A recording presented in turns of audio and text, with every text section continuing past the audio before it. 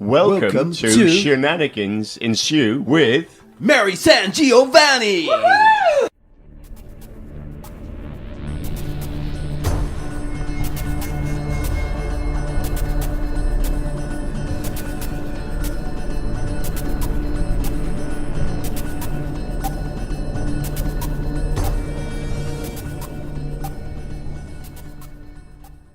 Hi, it's Mary SanGiovanni, and you are listening to Cosmic Shenanigans. This week, we are going to be talking about I Am Providence by Nick Mamatas. It is an excerpt from the book club discussion that we did with the horror show with Brian Keene, and I think it's pretty insightful into the book and its connections to cosmic horror and into the author himself. I try to justify that it's cosmic horror, but really it is something that if you are a fan of cosmic horror, if you are a writer of cosmic horror, it's definitely something worth reading. And I think a good justification can be made that it is tied inextricably with the genre itself. So here it is. I Am Providence. The two of you are going to carry the weight of this because I've said everything I have to say about I Am Providence really on this show when I had Nick on and interviewed him. He and I discussed it. I asked all my questions, but, I will get us started, and then Dave will go to you, and then we'll go to the professor. It's a murder mystery. It takes place at a fan convention for fans of H.P. Lovecraft and all the small presses that have risen up around him in the decades since his death. But it's more than that. It's also a metaphysical horror novel. Anybody out there who knows me knows that is my sweet spot. I love metafiction. And it's also very much a satire. Yes. Not just of fandom, but of geek consumerism. When we had Nick on the show, go back to the archives and go to that interview where he talked about the book back when it was first released. He told us then that he felt it was his most personal novel. Oh, I can believe that. And, I agree with that. I want to start us off here by reading an excerpt of the review that Jason Heller did for NPR, National Public Radio. Quote, "Scads of Lovecraft lore, not to mention the man's cat, get dug up. Mamatas knows his subject inside and out, and that makes I Am Providence all the more cutting. He's a fan himself as well as a skeptic." I want to stop right there. That gets lost. Yes. The Lovecraft fans that rioted upon this book's publication and who still to this day have to leave their fucking little 1-star passive-aggressive reviews on Amazon and Goodreads. Oh, he must hate Lovecraft. No. The man is a fan of Lovecraft, as well as a skeptic, okay? Jason goes on to say, "And Mamatas turns his considerable authority and satirical skill towards skewering the subculture that's grown up around Lovecraft over the past century. Mamatas isn't trolling exactly. In his admittedly merciless way, he's laying bare the dysfunction, arrogance, and entitlement of Lovecraft fandom." Stop. I do believe, Dave, we've covered all three of those things at length on this show. Why, yes, we have. Jason goes on to say, quote, "And geek culture at large, with the finesse of a sociologist. A cruel sociologist, but still. At the same time, the plot involves arcane tomes bound in flesh and other such Cthulhu-tastic tropes. Mamatas celebrates the weirdness and wonder of Lovecraft, even as he subverts the writer and his followers." End quote. Listeners, as we always do for book club selections, we're going to have a big, long thread over on the Horror Show's Facebook page where you get to sound off. I don't want to hear, "Oh, he hates Lovecraft," or I'm going to make fun of you. I can't believe that anybody who actually has read the book would get that from the book. Could think that he didn't like Lovecraft. No. The one thing I will add that's not in my original commentary in that original interview. This novel, it's not my favorite of Nick's. It's certainly up there. It's in my top 5 from Nick. Mm-hmm. My favorite still remains Under My Roof. Yeah. But it reminds me somewhat of Nick's zombie novel, The Last Weekend. And I'll tell you why. In both I Am Providence and The Last Weekend, Nick, he creates these very real, fully formed, fully fleshed characters that are, for the most part, a bunch of really terrible people that you would not want to hang out with in real life, and yet you end up feeling empathy for them anyway. He's really, really good at doing that. Yes. And I think both in I Am Providence and The Last Weekend, he really shines at doing that. So, Dave, what are your thoughts, please, on I Am Providence? Honestly, that review just for NPR, that pretty much sums up my thoughts. No, seriously, it's very obvious when you read it. First of all, I agree. Under My Roof is the best thing he's ever written. This is really good, though. And I probably top 5 also. I haven't read everything he's written, but most of it. But I would agree with that. He's in general one of my favorite writers. Anything that comes out with his name on it, I automatically buy. What I liked about the book is it's funny. It is funny. A lot of it is really funny, and it's serious. It's funny, and I like the POV switches from the dead guy to the girl back and forth and stuff. But my favorite thing about this book, absolutely favorite thing, and this is the genius of Mamatas, is you read the book and he's talking about the zine culture, right? And he talks about how he talks about how he found this thing called fuck tentacles at a bookstore. Yes. And as you're reading the book, I read it again this weekend. I read it when it came out, but I read it again this weekend so I could be familiar with it. But I remember having this feeling the first time I read it, which is like, oh, if only we could see fuck tentacles. This sounds like the greatest thing ever. And you turn the page, and there it is. They put the zine in the book. And I'm like, this is the genius of Mamatas, because most writers would have never done this. But he commissioned somebody to make the zine and put it in the book so you have it as a reference to read. And it's perfect. It is a perfect example of that kind of thing. I remember going to Tower Records. He talks about Tower Records in the book. I think he mentions Tower Records. Yeah. About going there. And they used to have a section in their magazine department with these zines, these mimeograph pieces of crap put together, stapled together in somebody's basement, magazines. And I used to buy these things all the time because they were the greatest things ever. My collection of them got trashed in that basement flood that I had, along with many other things. Yeah, because I used to I had a giant box full of old horror zines and music zines. It was all sorts of. I still have some music ones. Again, stapled together, newsprint, crappy paper. That talked about Metallica shows when they were like nobody knew who they were in San Francisco and stuff like that. And a guy would review them and stuff like that. But anyway.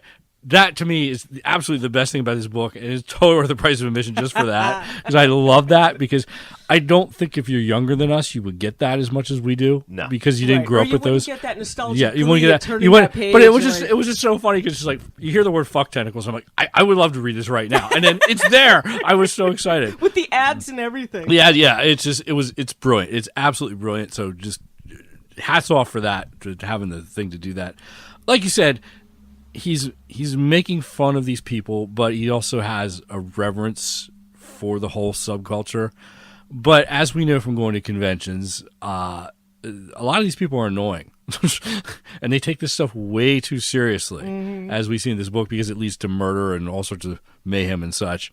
I didn't necessarily like the ending so much, only because I felt it kind of just stopped. The ambiguity? Yeah, it just kind of stops. It's like, I thought maybe there should be another chapter, but okay, I kind of get what he's going for, because the main character is disintegrating, basically. His brain's disintegrating, so as he dies, the book dies. You mean like when she whispers? Yeah, they're I'm trying to do it without spoilers, because I know some of our listeners are a little behind. Right. Yeah. Yeah? Yeah. Okay. Yeah. I thought maybe we should go on a little longer, but okay, that's just me being picky. I will say that I know that the book isn't based, and none of the characters are based on real people, but I have notes on that. I didn't get all the references. Let's say some of them I got right away. Some of them I did not. Well, let's say this: one of the criticisms from Nick's detractors or detractors of the book is that there's. Nobody's really like this in real life. Please, Dave, has it been your experience in convention culture that yes, these people exist in real life? I was just saying, as I'm reading the book, I'm like, I've been to this panel. You Yes. know, Oh my God. When The they women did panel? the woman panel, the woman in Lovecraft, where the guy sits down, he's like, I'm the token of a male white suppressor. I'm like, oh Jesus Christ! I immediately got a migraine, just like I do when I go to Yes. conventions and the guy starts talking. I mean, he nails it. He nails what these does. conventions are like. He does. I've never been to a specific Lovecraft convention. I know they have them. I've just never been to one. But I know enough players in this field from being around. He nails this scene exactly. He nails what the dealer's room is like. He nails what the conversations in the hallway are like. He nails what the bar is like. He even nails what the parties. He nails what the parties are like. It's perfect. If you've been to any of these conventions, he nails it, and he does it in a way that he's making fun of these people, and at the same time, he's saying that they're his people. You know what I mean? Right. It's just like Right. he's doing both. This is at the my same tribe. time. He This does. is my tribe. Dysfunctional as Yeah, all hell. yeah, they're but all this dysfunc- is my tribe. This is my tribe. Exactly. Yeah, which is kind of how I feel. I'm like, these people are all fucked up, and I'm fucked up too. So okay, and there are levels of what I will tolerate. Like most of the people in this book, I wanted to punch in the face because they're really annoying and they shouldn't be allowed out of their homes. But we all know people like that. Yes. Yes. And the experts on Lovecraft and what Lovecraft thought or didn't think. We've all seen these conversations for years, and I love how he uses the whole history of like the internet, where these people were bickering on Usenet back in the Right. H.P. Lovecraft days, and it's still the same conversations 25 years later. He nails it. He even manages to get they're fictionalized, but they're real debates and discussions that have happened. That have happened and continue to happen. That we've seen these. So I really enjoyed the book. Like you said, it's not my favorite of his novels, but I really enjoyed it. I am a fan of Lovecraft. I'm not necessarily a fan of the man. Obviously there's problems there, which he brings up in the book. And it's the same arguments, about the racism and all this stuff. And he can be a racist. And I'm like, oh my God, I'm just like, I'm so sick of this argument. Just shut up. It's like I'm yelling at the book while I'm reading it because I've heard these conversations so many times. But he nails this subculture, absolutely nails it. And if you're involved in any sort of fandom, whether it's H.P. Lovecraft or Star Wars or anything, you could just replace the word Star Wars with Lovecraft. It's the same fucking arguments and the same shit that goes on. I'm sure it's not true. that for electricians and plumbers. Yeah, when they go to their it's conventions. anything. He just nails human nature. this subculture. He absolutely the people who think they're in charge of it and stuff. It's so well done, that aspect of the book. Honestly, I would have been perfectly happy reading the book without the murder mystery. Just going to the convention. Yeah, just go to the convention and watch these idiots in action. I mean, but a you guide can, to surviving a Lovecraft. But you could also see where taking things to their extreme, this could happen at a convention. Oh yeah. I can speak to the murder mystery. Okay. When his publisher originally commissioned this book, they pitched it to him. They wanted a Lovecraftian version of the old science fiction novel Bimbos of the Death Sun by Sharon McCrum, I believe. I think that was I was in the Navy when that came out, so probably around 86, 88, somewhere in there. Yeah, early 80s. That was the trope of there was a murder at a science fiction fan convention. Right. So, that's where the how it was murder pitched mystery then. came Okay, well, that makes sense. No, I'm not saying it didn't belong there. I'm just saying I would have been happy if you could just written a book about a convention. I would have been endlessly entertained. So, I don't see how this is a polarizing book like the Lehman book, other than if you're just obsessed with Lovecraft and can't see past your little worldview or of that. If you're looking for your likeness somehow in that book and you don't like what you see. You don't like what you see. And sometimes I think it's important to hold the mirror up and take a good look at yourself, people. Right. I think Mamatas himself does that. I think he does, in this book. Yeah, Yes. I think absolutely he does. Yeah. And with that... Well, Mamatas, I'm certainly not going to name the other characters in the book, but Mamatas is the dead guy. Oh, of course. Yeah. Yeah. That is, if you just know Nick online, that's him. Yeah. Absolutely. So, he's part of it. And we should, I should clarify for listeners. Nick has not given us a cheat sheet of, that's who this character is supposed to be. This is totally no. speculation. Nick holds to, all of these people are made fictional. up. Yeah. Okay? Yeah. And we're going to respect that. But Yeah. we can certainly say, you know who I saw a lot of in this character? Absolutely. I have notes. All right, well, I have Professor notes. SanGiovanni, let's turn it over to you. Oh my God, she Those does are my have notes. This is professional. Okay. See, she's like a professional. This is She starts teaching college next month. That's right. The Professor SanGiovanni joke won't be a joke anymore. I know. All right, go ahead.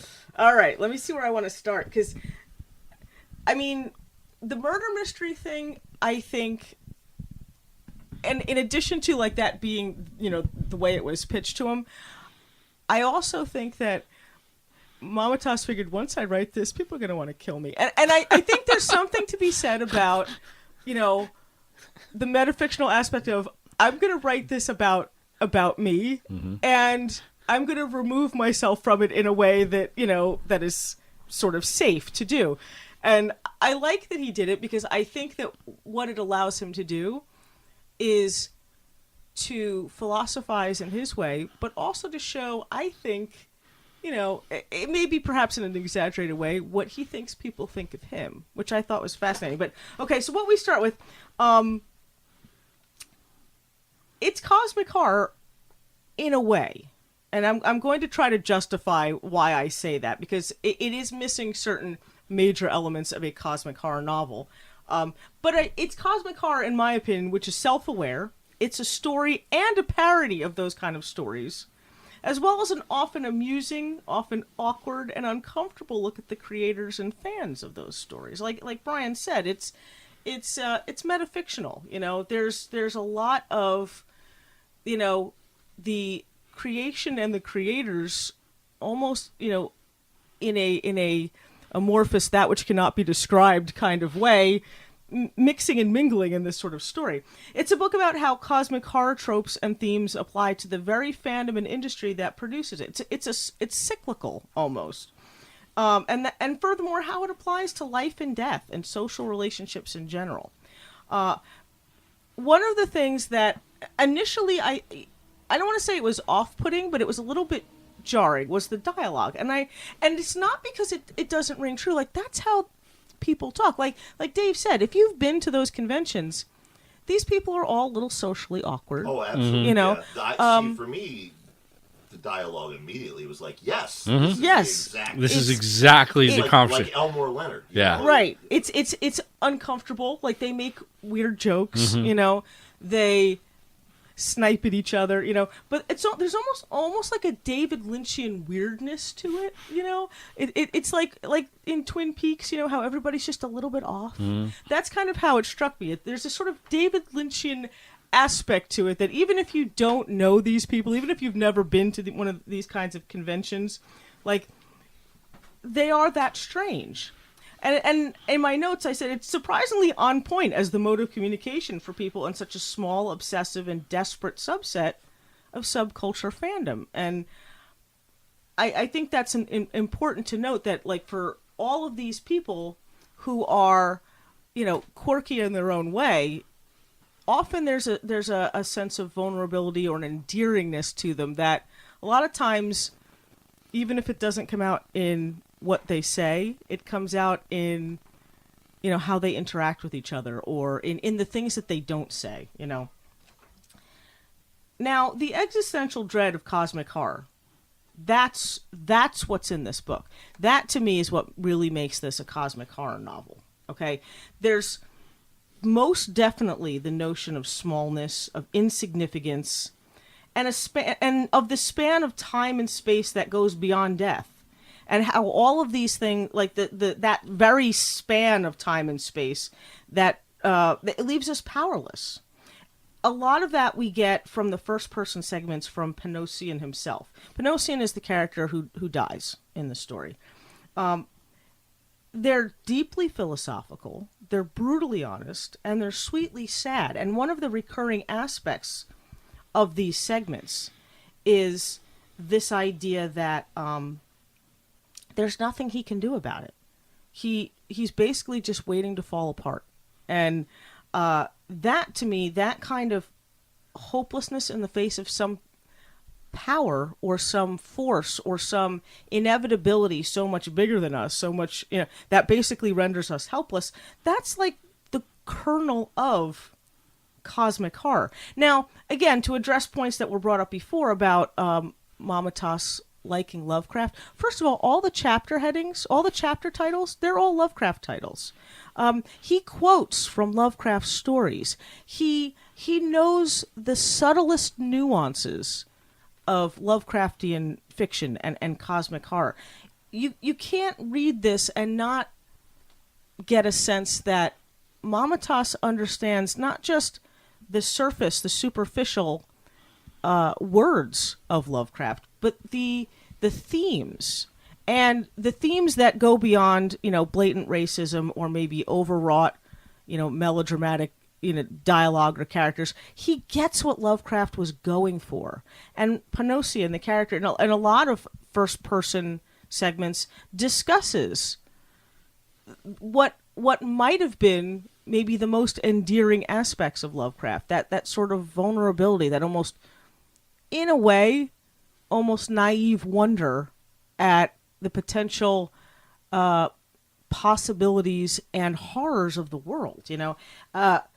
For example, there's a theme in a lot of cosmic horror and in a lot of Lovecraft's works in particular of the outsider as the insider, or an insider as the outsider, where no matter how closely related to a situation you are, you're still on the outside of it. You still don't know everything. Or worse, that you start off as somebody completely unacceptable by society and realize that you are very much welcomed and integrated into the society that you didn't realize you were a part of.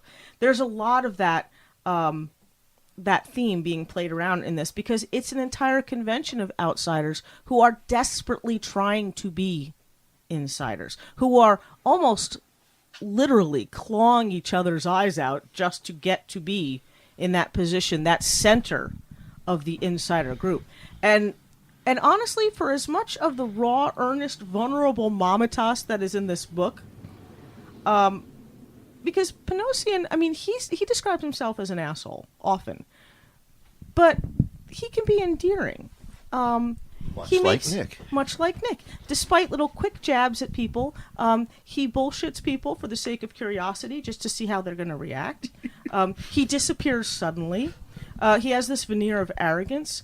But honestly, if you're reading the first person segments, I can't see how anybody could find Mamatas anything but endearing and sweet and lovable and genuinely, profoundly, fundamentally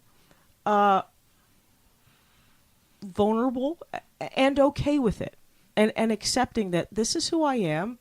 And it's not kind of like a "this is who I am, fuck you if you don't like it," but it also kind of is. It's more like, this is who I am, I get it, I know that, I'm not going to change, and if you're cool with that, great. If you're not, that's okay too, Right. And honestly, that's how Mamatas is. Like, one of the things that struck me about Panosian, and also kind of about Mamatas, although I think it's more evident with the character than it is with him sometimes, is this idea that what he really means, he says first. And a lot of times people are so shocked that he's being genuine and nice that they're like, what? And then he'll cover it up with something that's sort of snarky. He does this almost all the way throughout, at least in the segments where he's alive. He does this throughout the books. Like, there's a scene where Colleen said, "Why did you even come to this if you don't like these people?" And he said, I came to meet you. And then she seems surprised by that, and then he covers it up with something else. But he keeps saying nice things. He keeps kind of reaching out and trying to connect, and then giving up before the connection really takes. And I say this with love, Mamatas, because I've known you for years. I get the sense that you do that too sometimes, and that's okay. It's not a criticism. It's just that I think that, if anything, it makes you more endearing to me, that there's a real person under all of that super fast talk and snark and arrogance and, encyclopedias worth of facts that you can use to beat down idiots on the internet. I used to call Mamatas like my friend that on the internet whose argumentative strategy was, "You're an idiot and this is why," and then could prove why you were an idiot. But the idea is that there is a genuine, endearing fanboy there. There's somebody who really understands Lovecraft's themes and wants to be a contributor. He wants to be somebody who, I guess is an insider in this not even the subculture, but of the literature, the body of literature itself, and is never quite sure that he hits the mark, but he does. And I think that if there's any character that you could most definitely say is somebody we can recognize, that's Mamatas. And what I find amusing is that Mamatas takes what people say about him, good and bad, and just sort of rolls with it, like all of the things that people say about Panosian in this book, people have said about Mamatas, and I think it's funny to see him almost processing it on the page. It's like, yeah, okay, this is me, this is me, good, bad, flawed, whatever. And I like that. I think it speaks to what Brian said about how he really develops characters, and it's amusing that the most fully developed character is the dead guy, But all of his true self is there, and like I said, it's usually in the first thing he says, and then he kind of covers it up. Now, it's a book to me. This is a book to me about cosmic horror that's obviously written by someone who has a nostalgic fondness for cosmic horror, and I dare say a genuine love for it. He's not blind to any of its flaws, which is the other thing I wanted to point out, both as a genre or as a fandom. The community is more or less obsessed with it and rigidly protective of it, but he uses the genre's strengths and weaknesses to create basically a thoroughly modern cosmic horror novel, which is not supernatural. It's fictional and metafictional. It's analytical. And it's funny. It is genuinely funny. Absolutely. Much like one of his live journal entries. Mm-hmm. Exactly. There's almost... If you've ever talked to Mamatas in person, I mean, and I can say this because I talk very fast too, so I get it. We can seriously condense like 2 hours of conversation into about 15 minutes because we speak so fast. I've watched the two of them have a conversation. You can see fucking vapor trails. Yes. In the words between I can them. only imagine. Oh, yeah. Because I've never seen them both in the same room. I've talked to Nick and I've talked to her, obviously, but never at the same time. And I need to see this now. Oh, yeah. We went out to lunch one time in New York, and I think we fit our entire probably hour and a half of conversation into the first, 10 minutes, and then we ate. And I was like, well, it's nice to see you, Mamatas. I'll see you later. And that was about it. But there's a little bit of snark, a little bit of sense of humor. It is like reading the book is like talking to Nick, and I always like that about books. It's a weird thing to be in a position where you can know the person who wrote the book, but I do like that. I do like that about it. Now, I at first was not going to try to cover who I thought the characters were, but in discussing the work, I think it might be interesting to speculate. Go ahead. And once again, this is for just the listeners who fast-forwarded through the show, mostly Nick, because Nick won't listen to the news at the beginning. He'll miss Jeff Strand's ad. He'll miss our talk of unionization, which is a shame, Nick, because you would have enjoyed it. Yeah. Nick will fast-forward trying to find this segment of the show. So again, for those listeners, we don't have a cheat sheet. Right. Nick holds to, no, these are all fictional characters. Mm-hmm. But as Mary said, it's fun to speculate who might have been the core inspiration for certain characters in the book. Exactly. Yes. And again, I don't mean any offense to anybody by saying that I recognized, some of this person in this character, because I know that these characters, if anything, are an amalgam of more than one person.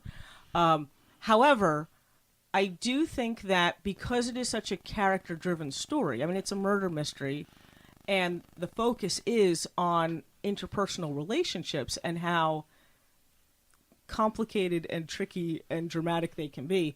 I think it's interesting to see who may have inspired these characters, because I think that it says something. Again, the best descriptions of anybody and the best characterization not only says something about the thing being described, but also about the observer.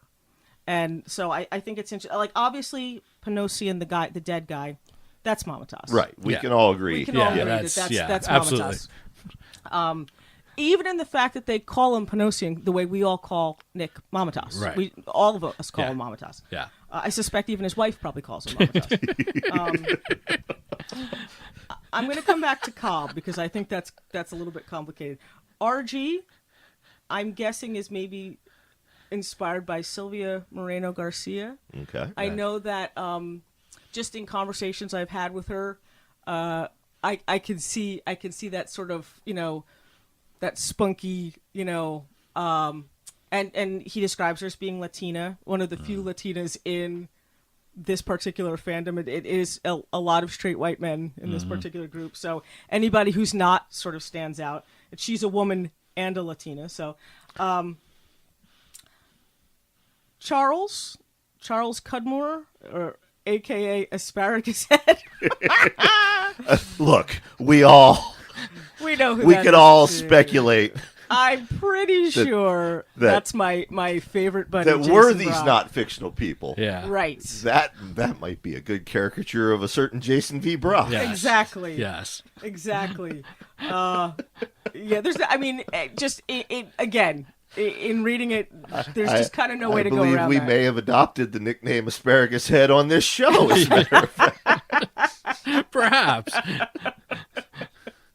Yeah, there's a lot. And some of it, again, it deals with how he describes the building of Charles's career, how he describes the interactions that Charles has with other characters, where he chooses to plant his feet down when it comes to certain battles online, things like that.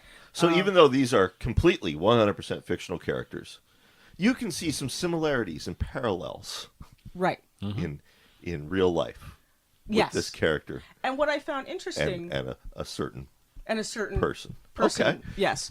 What I found interesting though is Mamatas's or Panosian's level of sympathy for Charles Cudmore.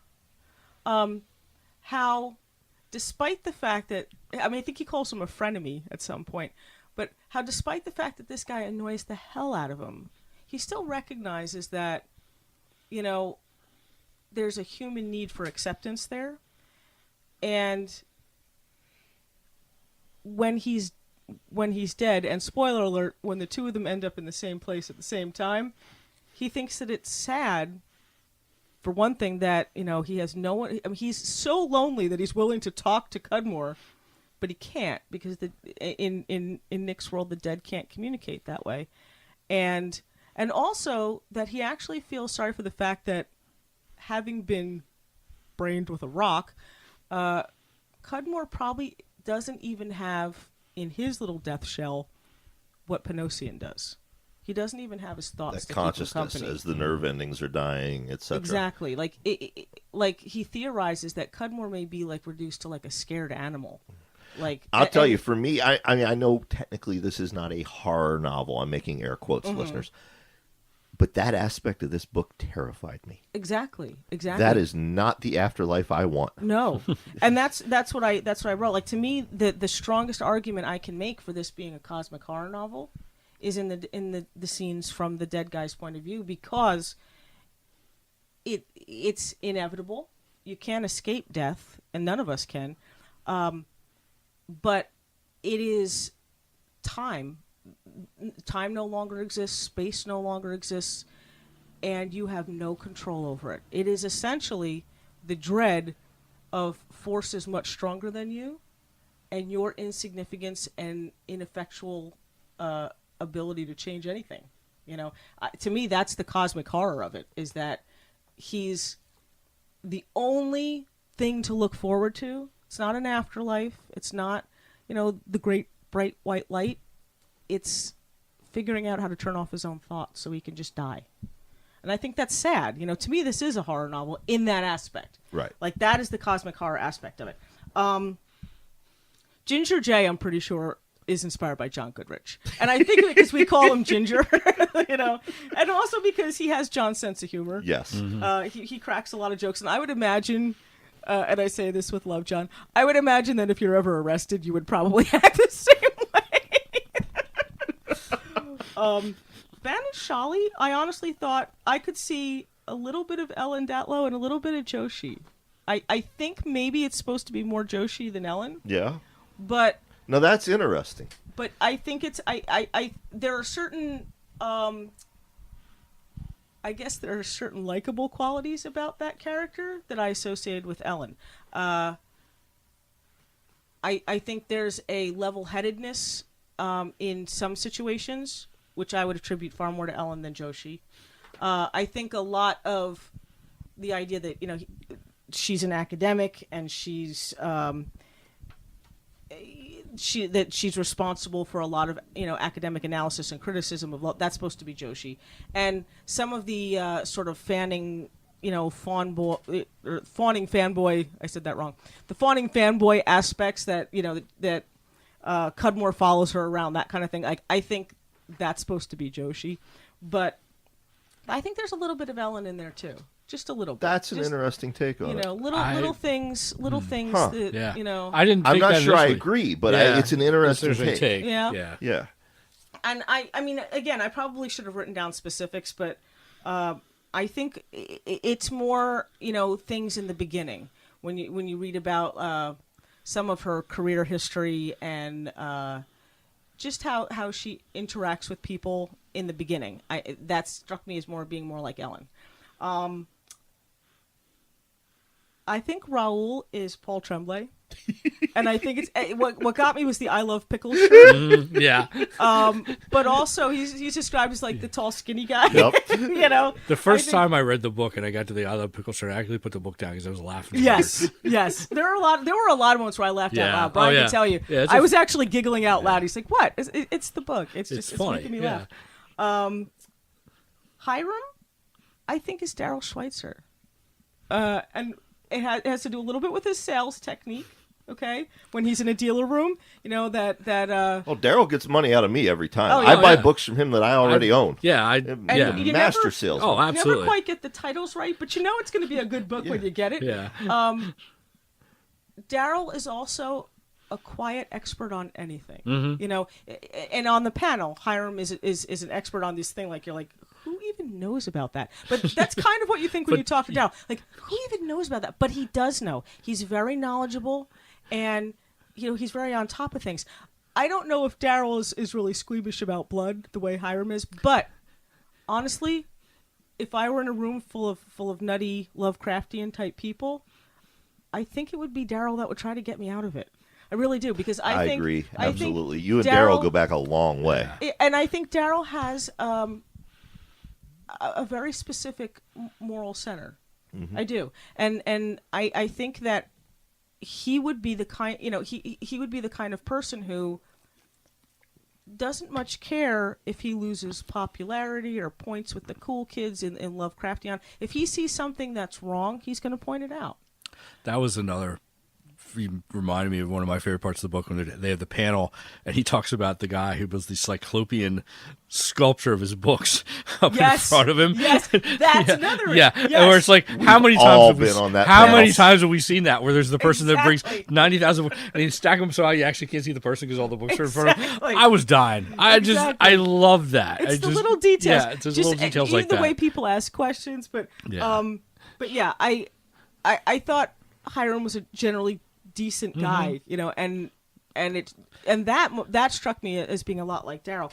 And again, I think a lot of these descriptions so far, it's fictionalized, but I think in every case that I mentioned so far, the narrator, the dead guy, has a soft spot for these people, despite their quirks and despite their weirdness. And while he'll point out their social quirks, I guess, they're social things that they do that you're like, I'm just going to go sit on the other side of the bar. He also shows them as being genuinely smart, witty, fun people. And what they think of him does matter. And again, the Panosian that you get in public, the Mamatas you get in public, doesn't care, you know, does not give two shits. But when you see how, you know, he tries to, you know, philosophize about his place in the business and his place in life in general. I mean, Panosian's not close to his family at all, you know. he thinks of these people as this sort of weird dysfunctional family. And well, in real life, it should be pointed out, Mamatas is extremely close to his family. Oh yeah. You know? Oh yeah. And you know, I think is, you know, fictionalized because it's easier to keep parents away, you know, but I do think that it's interesting to see how that in every case he's not, I mean, he's pointing out their flaws, much like he points out the flaws of Lovecraft, or he points out the flaws of fandom, but it's not without love. It's just that they may not always see it that way. Now that brings me, Dave. Mm-hmm. There was a character in the book when I read it. I was like, oh yeah, this is Laird. This is Laird Barron. Oh no, I didn't get to that character yet. But Mary brought up an interesting point about that character that I did not pick up on in reading the book, but she insists. Really? Yeah. Which brings me to another character I want to talk about, which is Cobb. David Capobianca is his real name. They call him Cobb. When I first started reading this, I thought, I've never met Laird in person. I've heard stories from people who absolutely adore Laird and who know him and you know, who live with him, who talk to him. And this guy, there's a lot of Laird in there. There's a lot of that necessary distance, that self-preservation distance. That's what I thought. I thought, okay, yeah, this is Laird. But there's a lot of Brian in that character, too. I don't see that. I'm not sure. No, I'm with her. Right? Yes. It starts off, he says that Cobb is the loud one in the room, especially when he's drinking. And one of the stories, the first story that he tells about Cobb is that his father dumped all of his magazines into a bathtub and put water on them and ruined all his magazines. Yes. I thought, Yeah. And then he talks about... Yeah, my old man did that. Yeah. How there's a whole segment where Cobb pulls him aside and he says, I'm not giving you career advice, but do this. You know? And he says... Do I do that? Kind of. Yeah. Kind of. Yeah. I've seen you do it. Yeah? Yeah. Okay. Most of the time, again, like Mamatas, you're right when you tell people things. Yeah. Exactly. Which I've said many times. And people Cobb would is just right. listen to you guys. They'd be far better off. But yeah. But yeah, in the story, he's right. What he says makes sense. Yeah. Cobb drinks. And what I find interesting is that there's a scene where Panosian sees Cobb and he's hiding from people. And he's drinking a beer. And now the affectation aspect you don't really tend to do, not the way Cobb does in the story, but you do hide from people sometimes. And I do adopt an affectation when I'm amongst the public. And that's the point, is that Cobb's voice changes, his accent changes. For a moment, he's who Cobb really is. And he lets Panosian see that, and it's almost like defensive that Panosian's like, what are you doing? Why aren't you? And then as soon as he stands up, as soon as he finishes beer, he says it was like a light was like a switch was flipped, and all of a sudden he was Cobb, he was on again. That's kind of you know. But also he said, there's a whole paragraph too where he's talking about, he goes, the thing I like about Cobb is that he was all about manipulations of people, of the genre, and of business, and he was good at it. I'm like, hello? Yeah. That's Brian's hobby. Yeah. All right, point. Yeah. I see it. So I think that's sort of a mix of Laird and Keene. Now, I'll be honest, the people who I found less palatable in the book, it's not that I don't want to speculate who I think they are. I genuinely couldn't quite place some of them, and I think it's because I'm not as deeply... Strangely enough, for having made a career in cosmic horror, for being the uncrowned queen of cosmic horror, I'm not very deeply entrenched in that side of our business. I don't hang with those people, I guess. I know them. I know a lot of them. And I consider a lot of them great people, and some of them even, you know, good friends. But I don't maybe know them well enough to know all of the... I had the same thing where it's like, I know these people, but I don't know them. Right. Or there's it's like this little tickling at the corner of my brain saying, that behavior sounds familiar, but who am I associating that with? Like, Norman. The character Norman. I have my suspicions, but again, it's just speculation, and I'm not going to speculate. Oh, but I'm speculating. Because that's one of those people, you say their name 3 times, they appear like motherfucking Candyman. Like a low-rent version of Candyman. Oh, So, really? Yeah. Okay, well, Norman... Save this conversation off the air. Yes. Yeah. Roger Save this Ranger, for the Project Entertainment Patreon page. Roger Ranger I couldn't quite get. Barry I couldn't quite get. I kept looking for Jack Herringa in one of these characters, and I really didn't see him. Tracy/Chloe, I'm assuming... and I'm going to say this I because we've all had that person. I'm assuming that prior to maybe being married, he had some kind of like crazy chick. Because who doesn't have a crazy chick in their past? I'm assuming that's who she is, but I can't even begin to speculate. Dave and I have our suspicions. I mean, not on the air. I am not. I knew immediately who that was supposed to be, but there is no way I'm saying that name. Way we're doing that on I now. think We'll say that off the air. All right, because I think I have an idea. I don't want to say that because I don't want to insult that person. And the pirate. I think I know who that guy is. Yeah. But I'm not 100% sure. And again, those kind of those specific characters, there's not love for those people. There's tolerance for those people.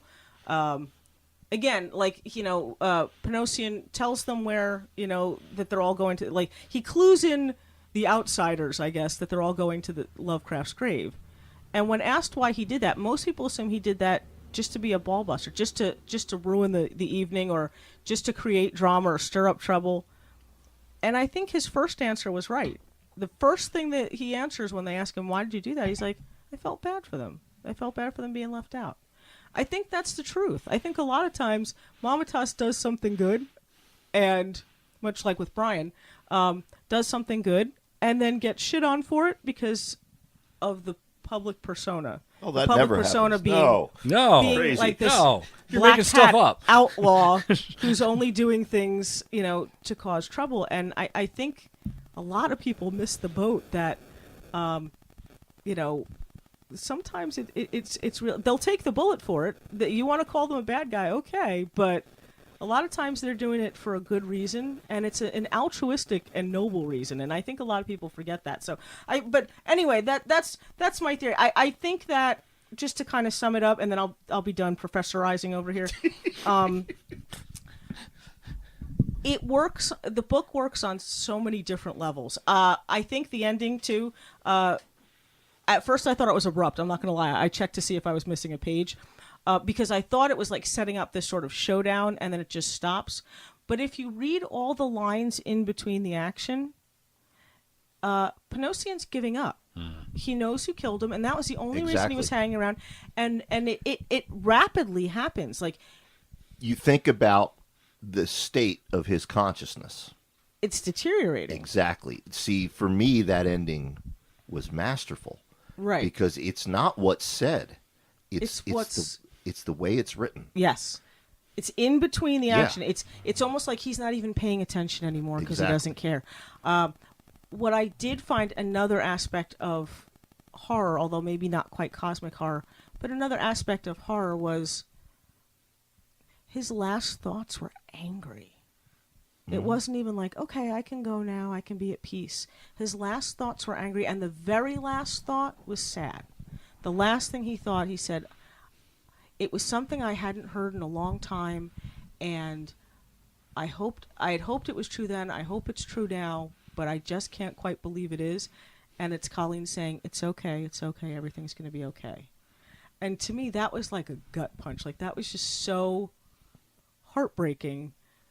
And again, it kind of ties back this sort of the cycle of cosmic horror, that life and death don't matter. And I've talked about this on Cosmic Shenanigans before, that a lot of cosmic horror, especially a lot of modern cosmic horror, but it extends clearly from the roots of Lovecraft, that some things are bigger than death and life.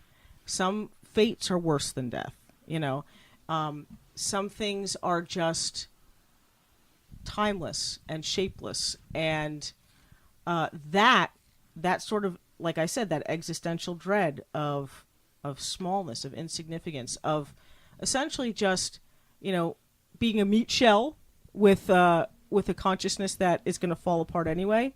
That to me is the core of cosmic horror, and that's what he does. Even without cultists, even without monsters, that's what he captures. So to me, that's cosmic horror, or we can call it that. Well said. Well said, Professor SanGiovanni. So that was our excerpt from The Horror Show with Brian Keene. I hope you'll take a listen next week. And if you enjoyed Cosmic Shenanigans, you probably will enjoy another show that I co-host, The Horror Show with Brian Keene. You can find that on iTunes, Stitcher, Spotify, Google Play, iHeartRadio, and all our other platforms that play podcasts. If you want to show support to my awesome engineer, Dave Thomas, you can check out his Twitch channel on twitch.tv/meteornotes. And I'll see you next week. Bye. The Necrocasticon, the podcast that blends horror and heavy metal properties with a common connection. Brought to you by hosts Token Tom Clock, Max Axe, Smoking Walt Hades, and Osriel Mordecai. Featuring interviews and more with the stars of metal and horror. The Necrocasticon, Mondays on Project Entertainment Network.